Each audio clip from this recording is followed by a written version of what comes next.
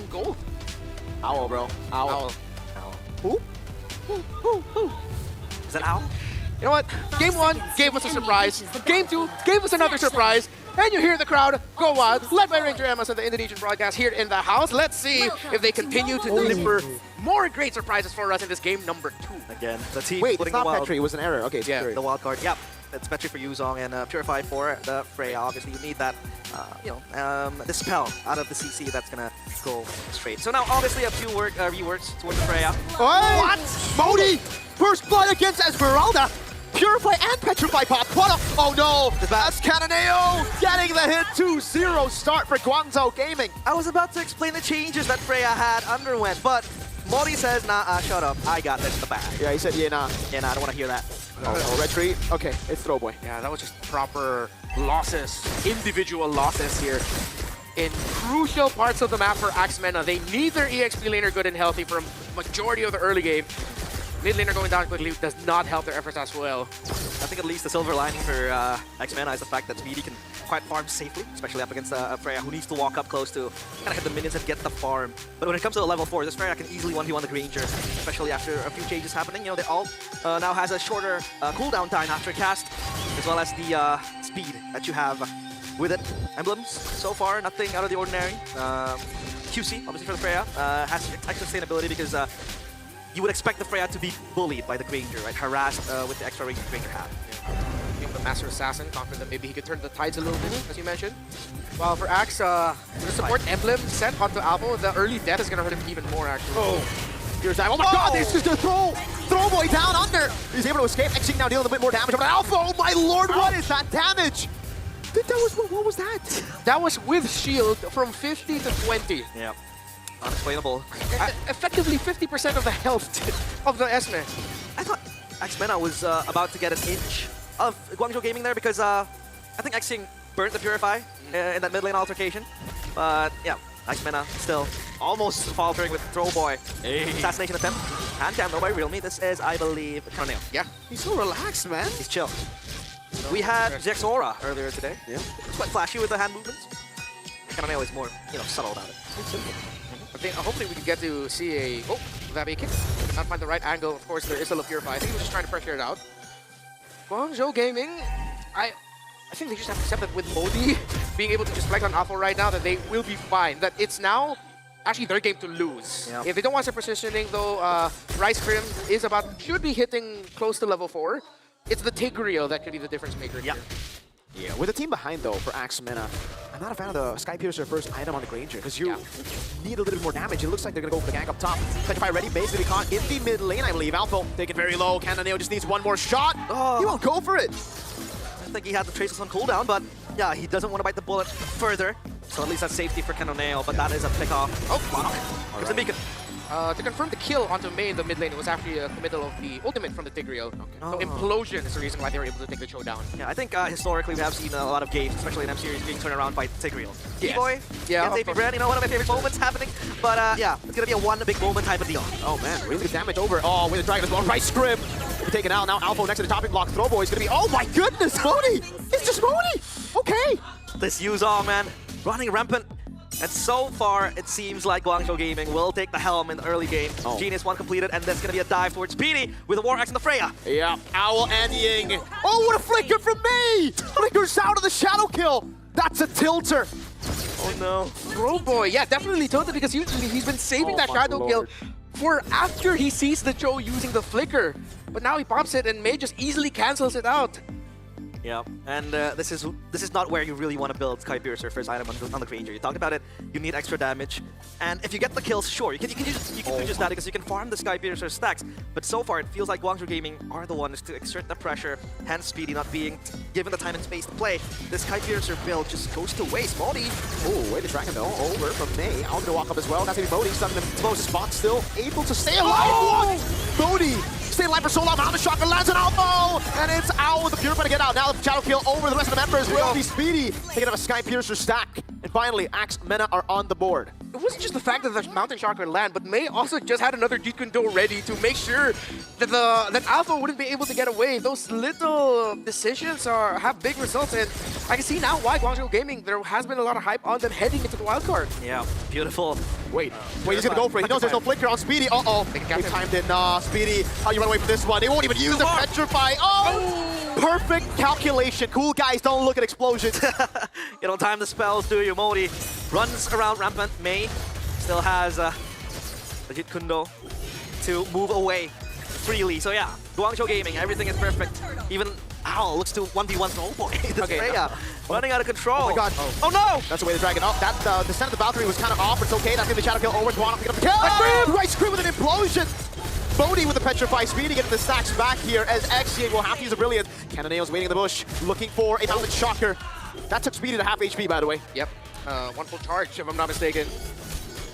This is getting scary, to be honest, where the fact that AXE MENA will have to rely on Rice to open up the window, especially with the implosion he was able to get to. Imagine if you could get 3 or 4, that would be very, very nice.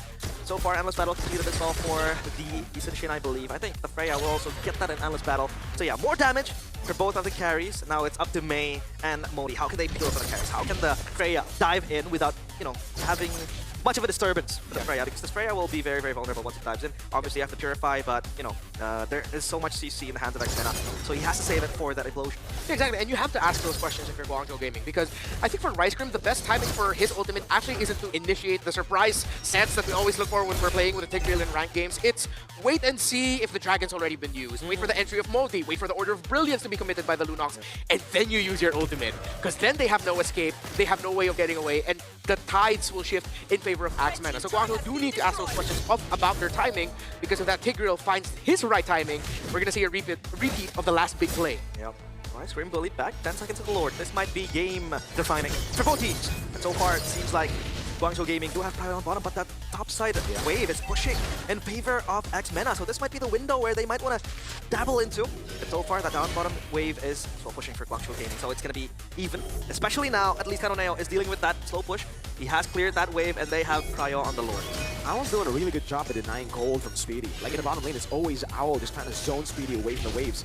And even here, it's Guano versus Crimson Beacon. Owl's gonna jump in. Huh? Yeah, Owl's gonna be caught. Shadow Kill. Oh my goodness! Buys it more time. Modi again with a Petrify. Together with XG doing so much AoE damage, and now it's Cannonale with a shutdown with a cleanup. Alpha still able to survive, but Modi is doing a lot of damage to everybody. Modi just aura farms his way into the team fights, completely carrying most of the skirmishes. Cannonale completely untouched. Modi might look for another 1v1, but he is out of resources. That's going to be all fine and dandy because Guangzhou Gaming are the ones to secure the Lord. Yeah, incredibly unfortunate. That looked like it was the perfect punish for AXE MENA. The fact that Al decided to dive in, they were able to take him out with a Shadow Kill. Oh, what a steal!